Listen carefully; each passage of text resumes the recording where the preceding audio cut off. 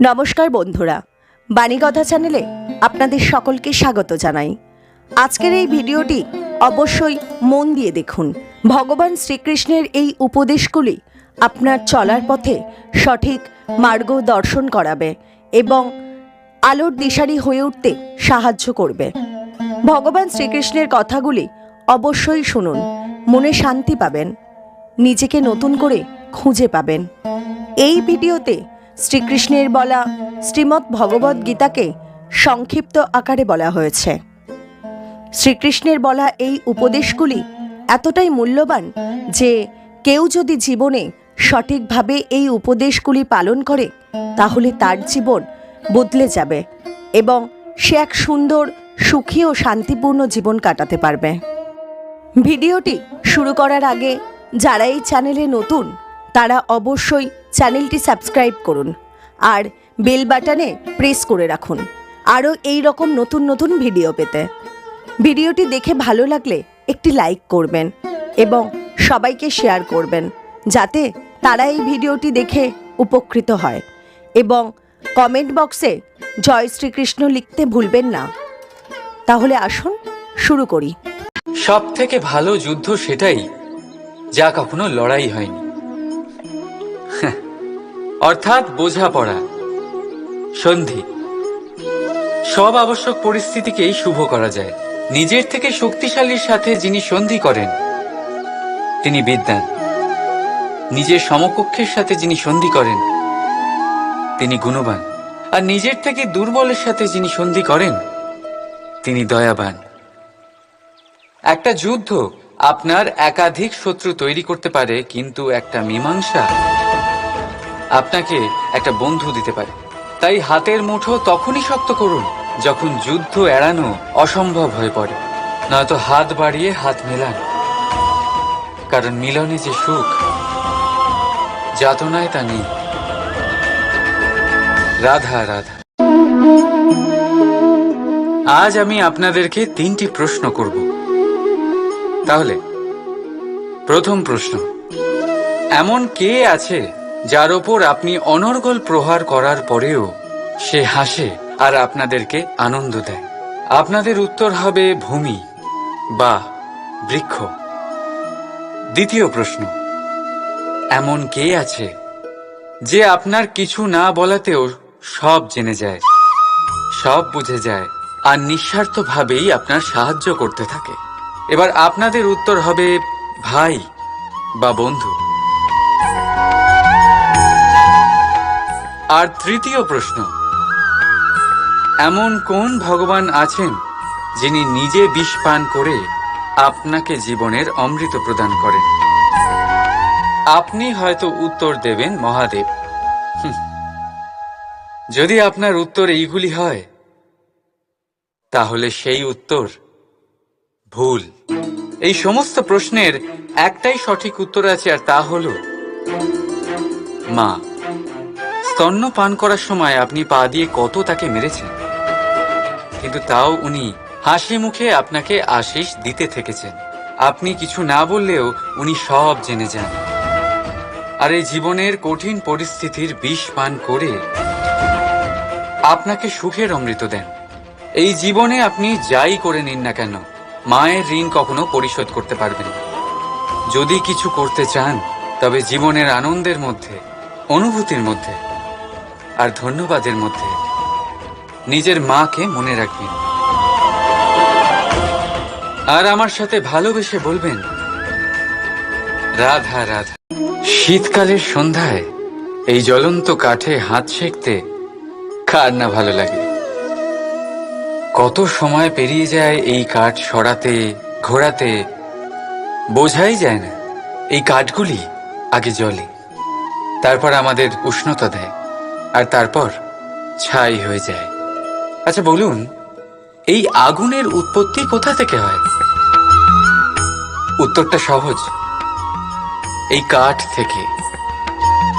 আচ্ছা, এই ছাইয়ের উৎপত্তি কোথা থেকে হয়?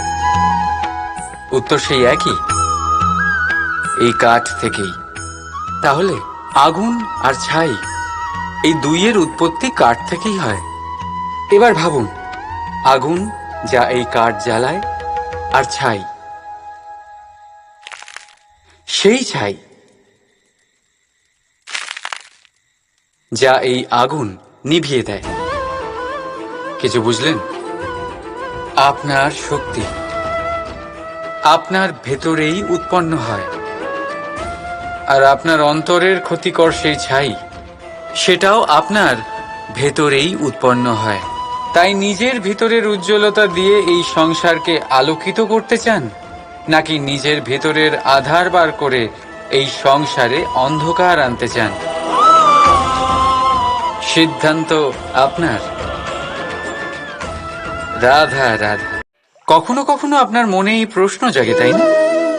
এই সংসারে কি এমন আছে যা পাওয়া অসম্ভব? হয়তো আমারও মনে এই একই প্রশ্ন জাগে। তখন আমি ভাবি, এই সংসারে এমন কি আছে যা পাওয়া অসম্ভব? ধন? না। যশ? না।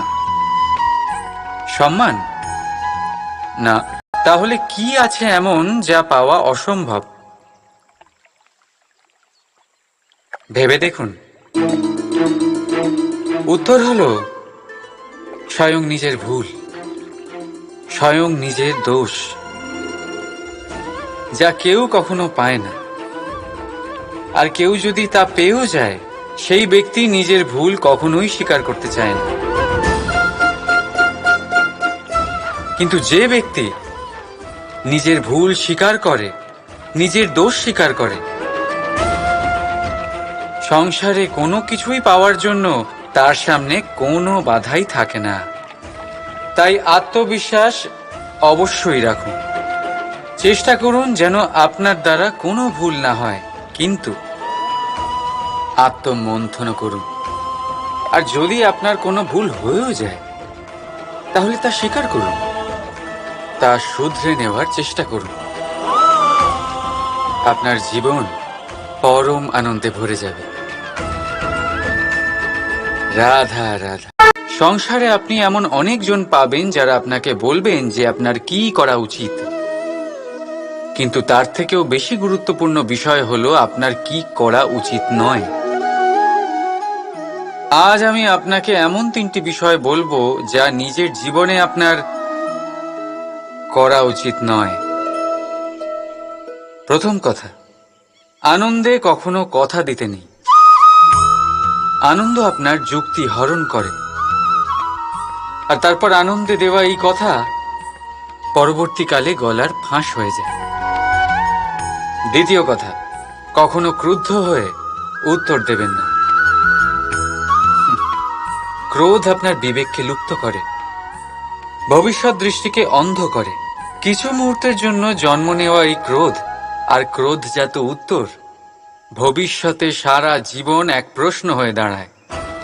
আর তৃতীয়ত, কখনো দুঃখে সিদ্ধান্ত নেবেন না। দুঃখ আপনার ভাবনা চিন্তা করার ক্ষমতা সীমিত করে দেয়, আর দুঃখী মনে নেওয়া সিদ্ধান্ত সব সময় দুঃখই দেয়। সত্যি কথা বলতে কি, বচন, উত্তর আর সিদ্ধান্ত সব সময় জীবনে ভেবেচিন্তে নেওয়া আর দেওয়া উচিত। ভেবেচিন্তে যদি কাজ করেন, এই সংসারে কখনো কোনো সমস্যার সম্মুখীন হতে হবে না। রাধা রাধা। কখনো কখনো আপনার মনে এই প্রশ্ন নিশ্চয়ই আসে যে এই প্রেম কি, কিভাবে বোঝা যায় এই প্রেম? উত্তর বড়ই সহজ। যতক্ষণ না আপনি প্রেম করবেন, ততক্ষণ আপনি প্রেম বুঝতেই পারবেন না। যদি রত্ন হয়ে মুকুটে সজ্জিত থাকতে হয়, তাহলে হীরেকে কাটার কষ্ট অবশ্যই সহ্য করতে হবে। প্রেমের সঠিক অর্থ বুঝতে গেলে মোহকে ত্যাগ করে আত্মসমর্পণ করতেই হবে। যে প্রেম কাউকে পাওয়ার জন্য করা হয়, সেই প্রেম প্রেম নয়, তা মোহ। তাই আত্মসমর্পণ করুন। নিজেকে, নিজের অহংকারকে, নিজের অস্তিত্বকে, মোহকে, আর দেখবেন আপনার প্রেম স্বয়ং আপনার সাথে থাকবে। রাধা রাধা। জীবনে কোনো এক লক্ষ্য প্রাপ্ত করতে গেলে মানুষ দুটি ভাব নিয়ে এগিয়ে চলে। প্রথম, নিজের লক্ষ্যে পৌঁছানোর নিশ্চয়তা, আর দ্বিতীয়, নিজের লক্ষ্যে পৌঁছানোর পথ। সবাই এটাই করেন, কিন্তু সবাই নিজের লক্ষ্যে পৌঁছতে পারেন না। কেন? কারণ লক্ষ্যে যখন পৌঁছানো যায় না, মানুষকে কিছু বদলাতে হয়। কেউ নিজের নিশ্চয় লক্ষ্য বদলে ফেলেন, কেউ নিজের পথ। যারা নানান পথে চেষ্টা করতে থাকেন তারা সফল হয়েই যান, কিন্তু নিজের নিশ্চয় লক্ষ্য যারা বদলান, সাফল্যের স্বাদ তারা কখনোই পান না। তাই নিজের নিশ্চয় লক্ষ্য কখনো বদলাবেন না, কারণ নিশ্চয় লক্ষ্য হারালে পূর্ণিমার রাতেও চন্দ্রগ্রহণ দেখা যায়। নিজের নিশ্চয় লক্ষ্য বজায় রাখুন, আপনি সাফল্য অবশ্যই পাবেন। রাধা রাধা। নিজের মহলের সবচেয়ে উচ্চতায় দাঁড়ানো এক ব্যক্তি, তারও মনে একটা ভয় থাকে। ভয়, সেই মহলের ভিত নড়ে যাওয়ার ভয়, নিজের পতনের ভয়। আর সেই কারণেই সেই উচ্চতার সম্পূর্ণ আনন্দ সে উপভোগ করতে পারে না। কিন্তু আপনি কি কখনো কোনো গাছের ডালে বসে থাকা কোনো পাখিকে দেখেছেন? সেই ডাল ভেঙে গেলেও তার পড়ে যাওয়ার ভয় থাকে না। কেন? কারণ তার নিজের ডানার ওপর বিশ্বাস আছে। ঠিক সেইভাবেই আমাদের মধ্যে বেশিরভাগ মানুষ কোনো না কোনো সাহায্য নিয়ে উচ্চতায় পৌঁছেছেন, কারোর সাহায্য নিয়ে সাফল্য অর্জন করেছেন। কিন্তু সাফল্যের আনন্দ শুধু তারাই অনুভব করতে পারেন যাদের মনে পড়ে যাওয়ার ভয় নেই। তাই কারোর সাহায্যের ওপর নয়, নিজের সামর্থ্যের ওপরে বিশ্বাস রাখুন। রাধা রাধা। পাওয়া আর হারানো, এই দুই জীবনের গুরুত্বপূর্ণ অংশ। সারা জীবন প্রত্যেক মানুষ কিছু পায় আর কিছু হারায়। কখনো সম্পত্তি হারায় আর কখনো সম্মান, কখনো বন্ধু হারায় আর কখনো অহং।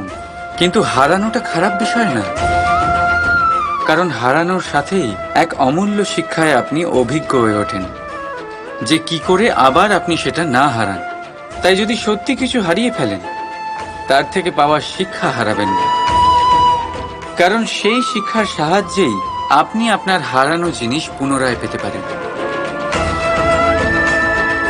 রাধা রাধা। জীবনে কিছু অর্জন করতে গেলে ভাবনা আর কর্ম অত্যন্ত গুরুত্বপূর্ণ। কিন্তু শুধু ভাবনা দিয়ে বা শুধু কর্মের দ্বারা আপনি সাফল্য অর্জন করতে পারেন না।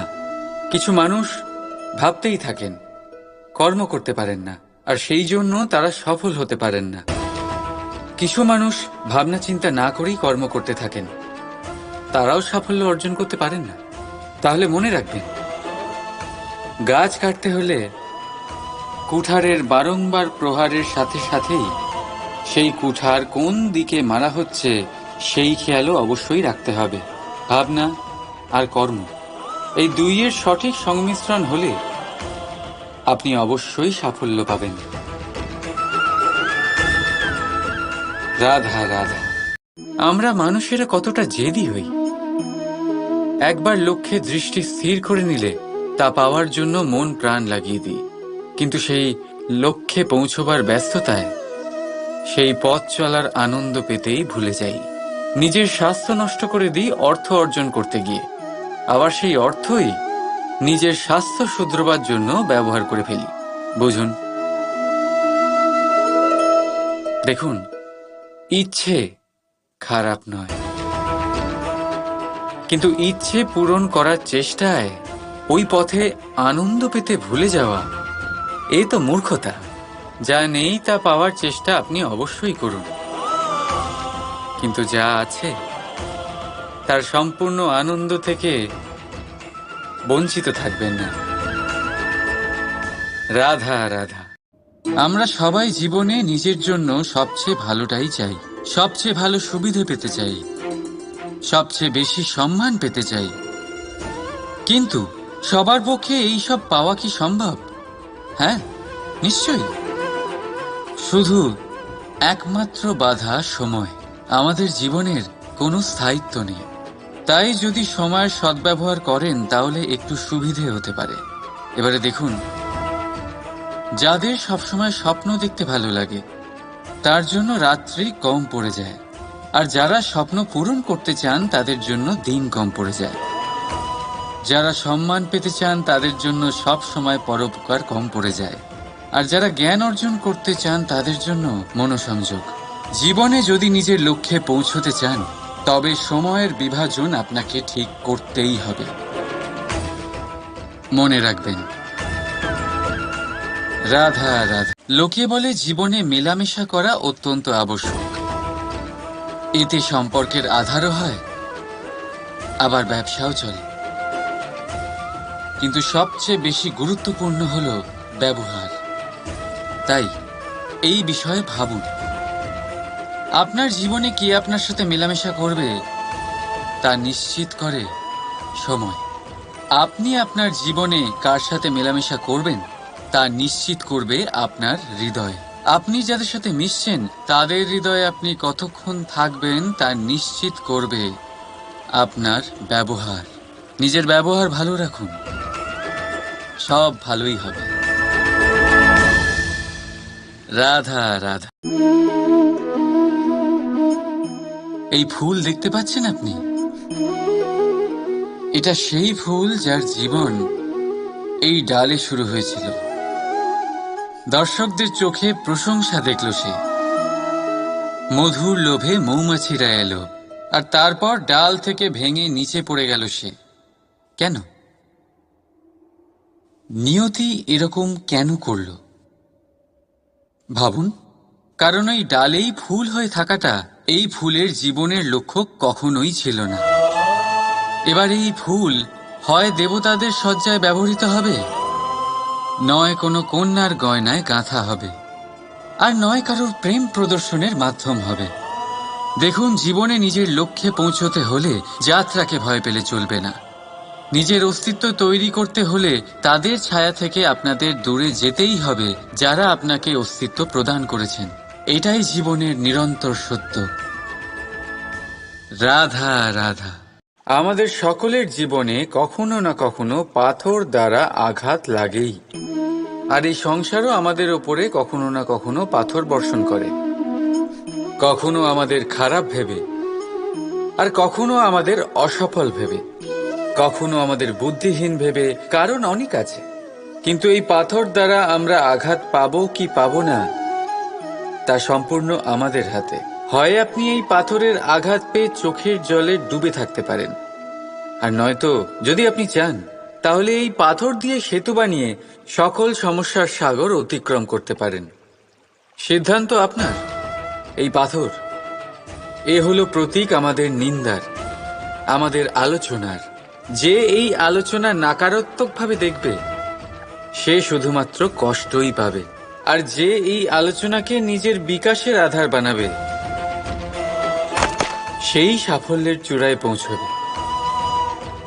তাই মনে রাখবেন, আলোচনা আপনার শত্রু নয়, আপনার সবচেয়ে বড় মিত্র। রাধা রাধা। মিষ্টি জল সবার পছন্দ, কিন্তু নোনতা জল কেউ পছন্দ করে না।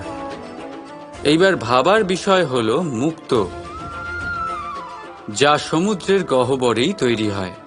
নোনতা জলের মধ্যে থেকেই প্রতি মুহূর্তে অন্য প্রাণীদের থেকে বেঁচে নিজের অস্তিত্বকে বাজি রেখে ঝিনুক মুক্ত প্রদান করে থাকে। কখনো ভেবেছেন কেন? কারণ সংকটের সম্মুখীন না হয়ে, চরম পরিস্থিতির সাথে না জড়িয়ে আপনার কখনোই সুখ প্রাপ্তি হবে না। তাই নির্ভীক হয়ে সংকটের সম্মুখীন হন, আর আমার সাথে ভালোবেসে বলুন, রাধা রাধা। আমরা সকলেই সময়ের গুরুত্ব বুঝি। সময় আমাদের তৈরি করে, আর সময়ই আমাদের নষ্ট করে দেয়। কখনো ভালো সময় আসে, আর কখনো ভীষণ খারাপ সময় আসে। তবে আশ্চর্যের বিষয় এটাই যে সব জেনেও আমরা সময় নষ্ট করি। মনে রাখবেন, সময় শুধু বয়ে যায়, কখনো ফিরে আসে না। তাই ভালো সময় আসার অপেক্ষায় সময় নষ্ট করবেন না। যাই করবেন আজ, এক্ষুনি, এই মুহূর্তে শুরু করুন। তা সেটা কাউকে আনন্দ দেওয়াই হোক বা নিজেকে বদলানোর চেষ্টা করা হোক, যাই হোক না কেন, বিলম্ব করবেন না। কারণ সময় শুধুমাত্র তাকেই সঙ্গ দেয় যে সর্বদা সময়কে সম্মান করে। রাধা রাধা। কথায় আছে সবকিছু সীমা থাকে, মুশকিলের, কষ্টের, সংকটের, অন্ধকারের। যার কোনো সীমা নেই তা হলো কেবলমাত্র কঠোর পরিশ্রমের।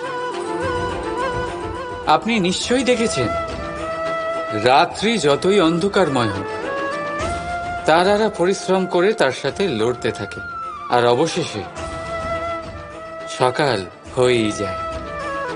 ঝড়ে পাখিদের বাসা ছিন্ন বিচ্ছিন্ন হয়ে যায়, কিন্তু পাখিরা নিজের পরিশ্রম দ্বারা তা আবার বানিয়ে নেয়। কারণ যা সীমিত তাকে অসীমের কাছে হারতে হয়, আর পরিশ্রম অসীম। রাধা রাধা। প্রবাহিত নদী কত সুন্দর হয়, বলিষ্ঠ হয়। যেদিক দিয়ে বয়ে যায় সেখানে এক নতুন জীবন প্রদান করে, ধরণীকে উর্বর করে, আকাল দূরে রাখে। আর হয়তো এই জন্যই নদীকে মায়ের মতো পুজো করা হয়। কিন্তু আপনি কি কখনো ভেবে দেখেছেন যে নদীর জন্ম কি করে হয়? এ কি শুরু থেকেই এমন বিশাল আর খরস্রোতা হয়? না, বৃষ্টির ছোট ছোট ফোঁটা একসাথে সম্মিলিত হয়ে এক সূক্ষ্ম ধারা তৈরি করে, আর সেই ধারাগুলি পর্বতের বরফ কেটে তাদেরকে গলিয়ে জলপ্রপাত হয়ে ঝরে পড়ে পাথরের সাথে ধাক্কা খেয়ে তারপরেই সে নদী হয়ে ওঠে। ঠিক সেইভাবেই এত সহজে কেউ মহান হয়ে ওঠে না। ছোট ছোট চেষ্টা মিলে এক বিশাল ব্যক্তিত্ব তৈরি করে। তাই জীবনে সর্বদাই চেষ্টা করতে থাকুন। অস্তিত্ব নিজে থেকেই প্রকাশ পাবে। রাধা রাধা। একটি পিঁপড়ের আয়ু অত্যন্ত কম হয়, 2 দিন বা খুব বেশি হলেও 1 সপ্তাহ, ব্যাস। কত কম ভোজনের দরকার পড়ে ওদের, কিন্তু তাও সে চলতে থাকে, কর্ম করতেই থাকে। আগামী প্রজন্মের স্বাচ্ছন্দ্যের জন্য কখনো থেমো না, কর্ম করে যাও, চলতেই থাকো। কিছু না পেলেও পথ চলায় পারদর্শী হয়ে উঠবে। লক্ষ্যে না পৌঁছলেও একজন ভালো যাত্রী হতে পারবে। তাই ভালোবেসে বলো রাধা রাধা। মন, মানুষ, মান, এই তিনেরই প্রারম্ভ ম দিয়ে হয়, তাই না? কিন্তু আজ আমরা কথা বলবো মানের বিষয়ে। মানই সেই ভাব যা আমাদের মনকে সন্তুষ্ট করে। এই কলসিতে ভরা জলের মতন, যে জল এই পাত্রতে থাকার দরুন এর অস্তিত্ব বজায় থাকে। এবার মান থেকে আসে আত্মসম্মান আর অভিমান, আর এই দুইয়ের মধ্যে তফাৎ অনেক। যে জল এই পাত্রের মধ্যে সংরক্ষিত তা হলো আত্মসম্মান, যা আমাদের মনের সম্বল, অবলম্বন, যা এই পাত্রের মধ্যে শীতল থাকে আর যিনি পান করেন তাকেও শীতল রাখে। আর যে জল এই পাত্রের বাইরে উতলে পড়ে তা হলো অভিমান, যা বাইরের উত্তাপে বাষ্প হয়ে উবে যায়। সর্বদা মনে রাখবেন, আত্মসম্মান আপনাকে দৃঢ় করে, আপনাকে শক্তি প্রদান করে, আর অভিমান আপনাকে দুর্বল করে দেয়। তাহলে কি হতে চান আপনি? আত্মসম্মানী নাকি অভিমানী? সিদ্ধান্ত আপনার। রাধা রাধা।